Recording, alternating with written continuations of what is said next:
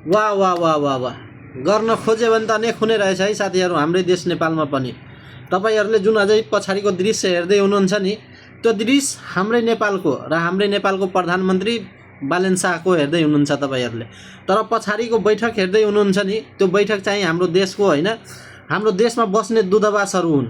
तर आज हाम्रो देशमा जति दूतावासहरू बस्छन् त्यो सबै आएर एकैचोटि भेला परेको। यही कुरो भन्दाखेरि एउटा पहिलाको सरकार थियो हाम्रो, जुन कि लुकेर छुपेर जान्थ्यो, त्योसँग भेटेर आउँथ्यो अनेक दूतावासहरूसँग। तर आज हाम्रो बालेन शाहले गरेको यो पनि एउटा नयाँ हो र यसलाई पनि हामीले स्वीकार्नुपर्छ र मान्नै पर्छ यसलाई।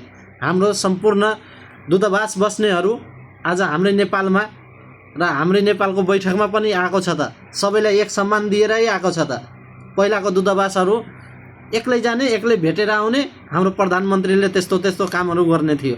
आजको प्रधानमन्त्रीले हाम्रो गरेछ त, देखाएको छ त, जे गरिरहेछ। आजको दिनमा बालेन सरकारले एकदम राम्रो काम गरिरहेछ, हामीलाई मन पराइरहेको छ, हाम्रो जनताले मन पराइरहेको छ। यस्तै काम अझै राम्रो गर्दै जाओस्, राम्रो थप्दै जाओस् र हामी जनता पछाडि हटेको छैन। हामी जनता परेको बेलामा साथ पनि दिन्छौँ, नदिने होइन।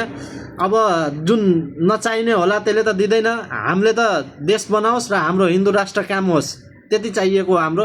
जय नेपाल, जय श्रीराम।